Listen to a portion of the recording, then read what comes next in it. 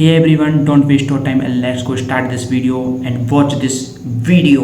Let's go ahead and budget my paycheck as a 25-year-old engineer working in Atlanta, Georgia. So this paycheck, I got paid $3,677. The first thing that I do every single paycheck is move $800 to my rent savings, and this pays half of my rent each month. Then I pay off all my credit card balances in full, and this time it was $1,516. Then I paid $300 towards my car payment, and this is all additional principal because I already made my car payment earlier this month. Then I moved $241 to my car insurance savings, and I actually need to pay that here in a couple days. Investing is a huge priority for me, so with this last $800, I moved over to my Fidelity brokerage account, and I'll show y'all what I plan on investing into later this week. And I just realized I have $19 left over, so I'll probably just move this to my emergency fund. Overall, I think I need to cut down on my credit card spending, but it is what it is. Follow for more finance tips. Hi, you guys. So it's currently, I think like 8:45, 8:41. I just got home from a shift and I got my first residency paycheck. So I figured I'd come on camera and open it with you guys. So here goes nothing, I guess. Let's see. They got all these whatchamacallits here. Okay. Okay, so gross earnings is $2,227.68. Net pay is $1,774.26. Not horrible. This is for 40 hours? I don't know how much this is for. Okay, so it has my hourly rate. My hourly rate is $39.78. I don't know how many hours this is for though, in total. So maybe I'll have to do some math or read the email that they sent. This is what I'm struggling with in America right now in my 20s. Why is everything so expensive? Why am I making more money waitressing than I would make using my college degree? I barely have a life. I have 2 days off and I work Wednesday to Sunday, doubling just to pay my bills. At 22 years old, all of my bills are in my name. I have no help. How are y'all affording housing? In Myrtle Beach, a 1-bedroom apartment is $1,500. How are y'all getting insurance, going to the doctor, getting medicine? And then some of us are trying to be TikTok influencers. Who knows where that's going to get me? Me and my boyfriend are saving, but we barely see each other during the week, and it feels like we're working our off for nothing. Do we need to move somewhere for a better job opportunity that we don't know about? Do any of y'all really know what you want to do with your life right now? It is so scary being in America right now. Americans are doing something that used to be almost unthinkable. They're showing strangers exactly how much money they make. Paychecks are being posted online, salaries are being revealed, and people are comparing incomes like never before. But what's really surprising isn't just how much some people earn. It's how different their actual take-home pay can be. And these paycheck reveals are changing the way people think about money jobs and what it really means to make a good salary. For decades, salary was considered a private subject. You didn't normally ask your coworkers what they earned, and many people were uncomfortable discussing their own income. Social media has completely changed that. Workers are now posting screenshots of paychecks, salary breakdowns, hourly wages, overtime, bonuses, taxes, and deductions. Some people are doing it because they want greater salary transparency. Others simply want to show what their job actually pays. And for viewers, these posts provide something that traditional job advertisements often don't. A look at what a worker may actually take home. But here's where things get interesting. Someone can have a 6-figure salary and still feel financially stretched. Why? Because the number you see on a job offer isn't necessarily the amount that reaches someone's bank account. Taxes, health insurance, retirement contributions, and other deductions can significantly reduce take-home pay. Then there's the cost of living. A salary that looks incredible in one part of America can feel completely different in an expensive city. Housing, transportation, childcare, groceries, and other expenses can determine how comfortable someone actually is. So comparing salaries without considering location and expenses can create a very misleading picture. All right, y'all. This is the brother here that used to work at Walmart. He said, I left Walmart after 3 months. My checks never made it past $1,500 bi-week. That's terrible. That's terrible. I'm sorry the brother had to go through that. That's similar. That reminds me when I first moved down to Charlotte, I had got on with Walmart. I had got on with Carvana. Carvana was paying me $1,800 every time. I went to my boss and told him I'm about to leave. This ain't no money. How much you guys think I make at McDonald's? 2 weeks. I'm a manager. Don't let my shirt fool you. We don't make shit. Me and my husband were both managers at McDonald's. And for 2 weeks, I only bring home, where's it at? $1,100. That's 2 weeks. So as manager, in a full month of working, I bring in what, 2,400? People are always like, why are you guys so broke? Just our rent alone is $1,500. Our car payment is $500.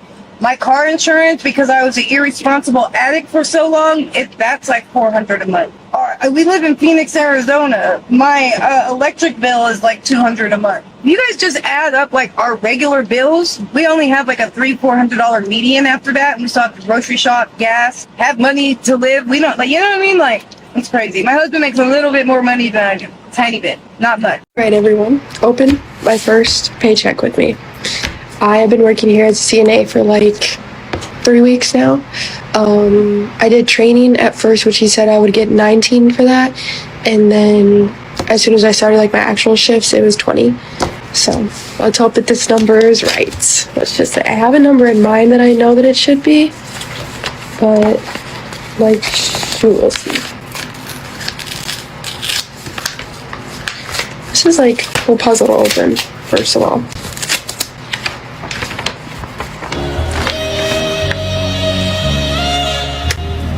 Oh.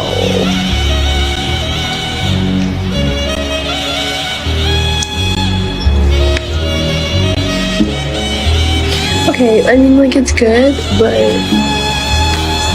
feel like I'm $300 short here. I'm a nurse, and yesterday was payday, and it's not looking very good for the next week. I get paid weekly, and I have about $4 to save me to the next week. So let's go over what I spent this week. All right, just to jump right into this, we're not going to waste any time, okay? My paycheck this week was $1,550. Here's the kicker. My husband got paid $0. Just because he gets paid bi-weekly, not weekly. So he got paid last week, so this week it was just my paycheck, not his. You guys hate when I say this, you really, really do. Every single comment on this video will be related to this. Like, I pay my tithing, $155. Not that bad. Sometimes I pay $1,000 in tithing, sometimes I pay $100 in tithing. This week I paid $155 in tithing. All right, now to get into the expenses of things. This week I feel like wasn't too bad with expenses. We went to see the new Minions movie this week. It was terrible. It was literal garbage. It was horrible. But I spent $24 for our family of 4 to go to the movies. We went on Tuesday where it's like $6, I think, and then it's a $6 movie plus free popcorn. And where I live, it's like a million freaking degrees, and so I'm trying to find indoor things to do with my kids, but yet take them out of the house. So I found like an open gym, like tumbling type of thing, and that was $3 for both of them for like an hour. And then after the open gym, I just felt like shopping. $43. Yeah, my husband kind of got on me for that one, but I spent $43 at Target. It was all unnecessary, but I just felt like going to Target. Next, I spent $17 at Aldi. I don't remember what I bought. I think we were having dinner that night and I needed a few random things. So I spent $17 at Aldi. And then this week we went out to lunch twice, which is kind of unusual for us, but we spent $54 in total. I'm just going to lunch this week. On Amazon this week, I spent $29, which I feel like it's pretty good. Walmart this week, we spent $106. Now, we're not paying our rent or any really like big bills this week, but I will still put some into savings because I'm going to prepare for when rent for August comes out, $800 into my savings. All right, last but not least, our car payment came out this week and that was $300. So after all of that, we are left over with a big whopping $19 to get us until next week. You know what? They keep saying that we're in the age of disclosure, and I think that they're right. But I think we also need to start disclosing something else, like on a personal level. Like, I think more people, especially Americans, need to start disclosing how much they are struggling financially. Like, I made a video yesterday talking about how this is my first job that I've been able to land since November of last year. I'm not full time. That job is not full time. It is $19 an hour. It is 32 hours a week. My lease renewal, I've got my third notification about my lease renewal. I cannot afford to renew this lease, and I also can't afford to move, because if you move, what do you gotta do? Deposit, admin fee, application fee, paying for the moving truck, taking time off of work, all this extra stuff that you have to pay for. I cannot afford to do either one. And a lot of people are in this position right now. A lot of people cannot find a job. And it's not because there's just a natural scarcity when it comes to job. It is a manufactured scarcity. They're not hiring anyone. They're cutting 90% of their workforce and getting the remaining 10% to do the work of the other 90% while not increasing their pay. The cost of everything is going up, but everybody keeps reporting record profits. Nobody can afford to pay their workers a livable wage, but everybody has record profits. But you know who does get paid? The shareholders. who do absolutely nothing for the company. This is the state of the economy, right? Like, this is a reality. This is real. And this is where we all are. It's a lot more people that are just too embarrassed to say. You should never be embarrassed about what this system has done to you, because I'm not. If you kids can't live comfortably on $20 an hour, you have to be overspending. We got to break this down very quickly to give people perspective into the Gen Z's lives. If you make $20 an hour, that is $40,000 a year. After taxes, that is $2,750. The average one-bedroom apartment and utility is going to run you $2,000. You cannot do that making $20 an hour. So you're going to have to rent with a roommate for about $1,200, and that's being conservative. $500 a month for groceries, which is less than $150 a week. $300 for a student loan payment, which is below average. $300 for a car payment, which is below average. $150 for car insurance. $150 for gas. $100 for personal care. $50 for a cell phone is $2,750. That is paycheck to paycheck, leaving you with nothing. Nothing for savings, investments, the big one, health insurance, because I'm assuming they're under 26 years old, and zero fun. Now, if they were to make $30 an hour, that's $60,000 a year. That's $3,900 after taxes. Maybe they decide to get their own place for $2,000 and everything else stays the same. They're left with $350 a month, which is essentially still paycheck to paycheck. This is the cost of living in America. I just got paid, so let's open up my paycheck and see how much it is. This is my second paycheck for my new library job. This one should be a full paycheck for a full 2 weeks. The last one was not, so I'm curious to see how much this is. It was supposed to be direct deposit, but there was something like messed up with it. The paper check again. Going old school. I think my guess is going to be around maybe like $540, $520. Last check was pretty close to a full check, but I think it was missing 1 or 2 days. It is $549.48. So I was almost correct. $549. That means every 2 weeks I will make $550. So I will make $1,100 a month. That is pretty good for part-time. It's only 18 hours a week, but I have 2 like 30-minute breaks that I'm unpaid for. So I only work 17 hours a week. So that's 34 hours for $550. That's not bad. My hourly wage is $17.57 for anybody that's curious. The minimum wage in Connecticut, I think, just went up to $16. Possibly, or $16.50. So I don't make quite much more than minimum wage. So even though I'm making less money per paycheck at this job than I was my retail job, I'm making more per hour. And also the work is nowhere near as like stressful or busy. Like this job is so chill that I'm absolutely fine only making $1,100 a month at this job. That is amazing for like the work that I'm actually doing. It still shocks me and I'm still trying to get used to the change of pace. So this is what a normal paycheck is going to be. Hopefully from now on, there'll be direct deposit and I will be back to budget this with you and see how much we can put towards my student loans. How is everyone affording life? Real question. How are you guys doing it? Because my daycare costs the same as our mortgage, which is just wild to me. And I had a crash out earlier today just about how like really expensive everything really truly is. And I just don't know how you guys are doing it. So I have a corporate 6-figure job. I should be able to afford life. We're not doing anything wrong. Just life is expensive. And I'm the breadwinner in my household. There's this like constant stress, like hanging over my head all the time of you got to make more to provide for your family, especially in this day and age. And it's wild because at the same time, I'm stuck in these corporate handcuffs and I am going through burnout. I don't want to continue doing this. I have like the mental load, hanging over my head. I'm trying to be a good mom, let alone like a good wife, daughter, sister, friend, which I'm failing at all of those things, I feel like. Have kids, but even if you don't, how are we affording things? How are you affording anything? And houses and cars, that's not really what I'm talking, but yeah, that.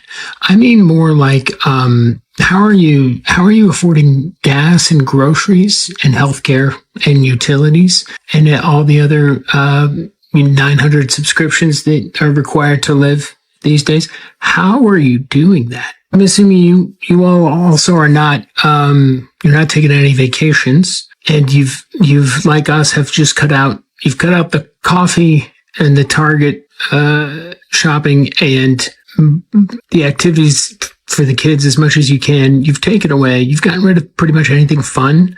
Like you're not having any more fun.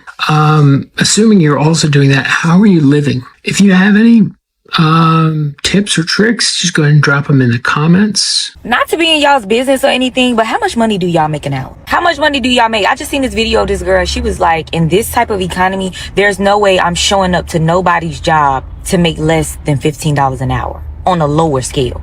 That's like on a terrible scale. And one thing about life, yes, people have to be more grateful. We have to do a better job at being thankful for what we already have. But let me tell you something. You know how brutal that is?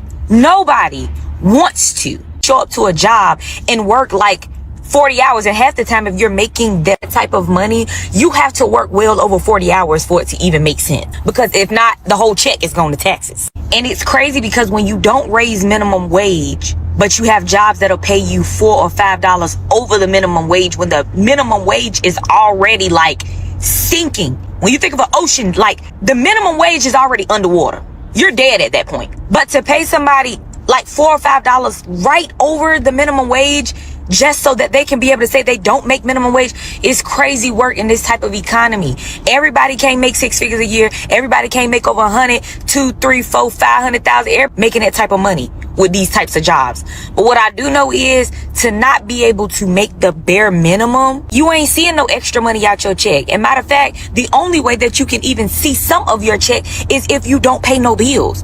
You would have to live off of somebody else. What if I were to tell you the United States is a second-rate country that is LARPing as a first-world country? This is a list of the hours needed to escape poverty living on minimum wage. Yes, there's people that make more than minimum wage. Yes, not everybody makes this, but just look at this and like compare it to what kind of life we live here. Japan, you need 11 hours. United Kingdom, 23. France, 26. Like going up to the higher tier, you're looking at 44 in Canada. So you might have to work a little bit of overtime every single week. But United States, you need 90 hours. 90 hours of minimum wage work just to escape poverty. Mind you, the poverty line is not that high. I think the poverty line is like $30,000 a year, which I don't even see how the poverty line is like that low, because really, I think if you're making anything less than 40 or 50 anywhere in the United States, you can't really afford a 1-bedroom apartment. And in some places like where I live in the Bay Area, you're talking about probably needing like $50, $60 an hour just to afford a 2-bedroom place, a 1-bedroom place, like comfortably.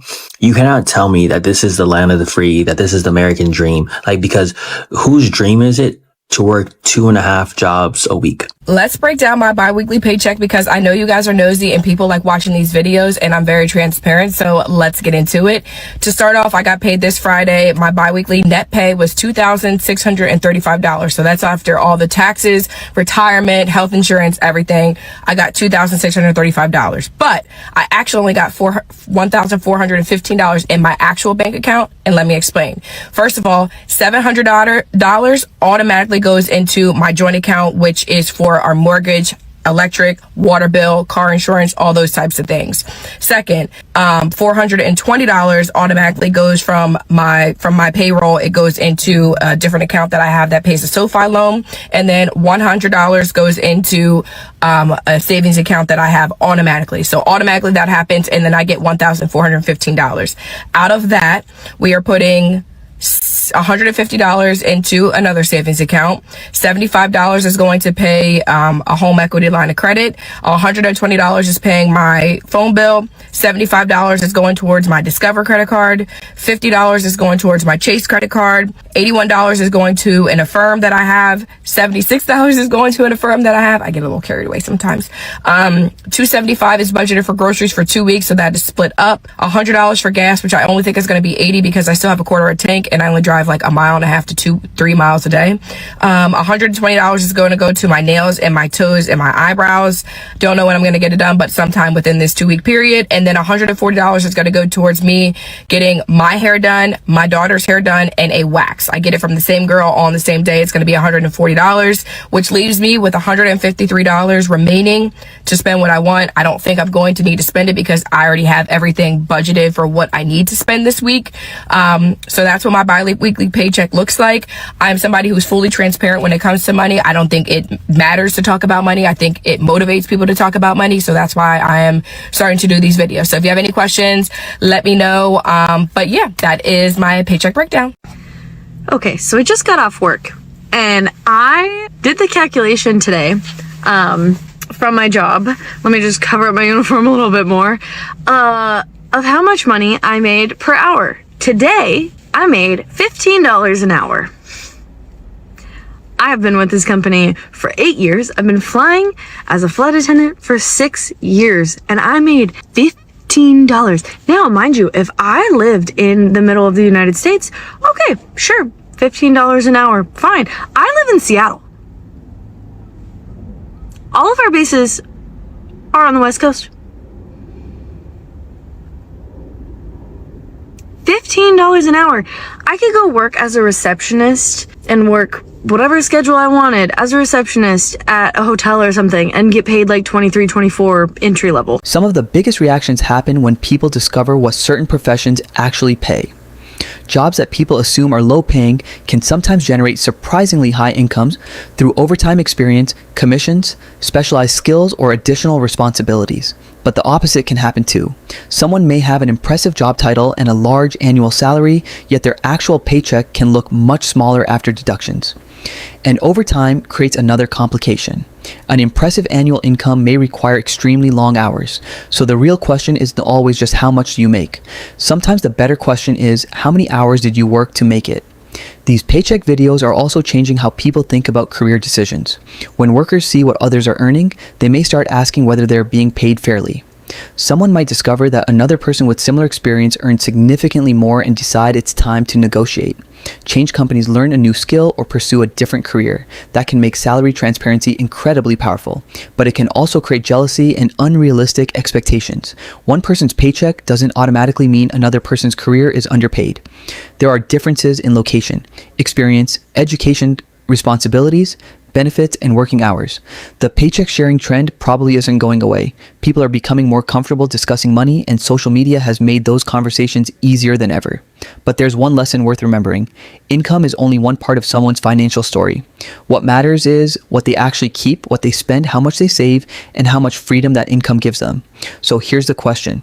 Would you ever post your real paycheck online if your name and identity were hidden? Would you do it for salary transparency, or would you still keep your income private? Tell us what you think in the comments.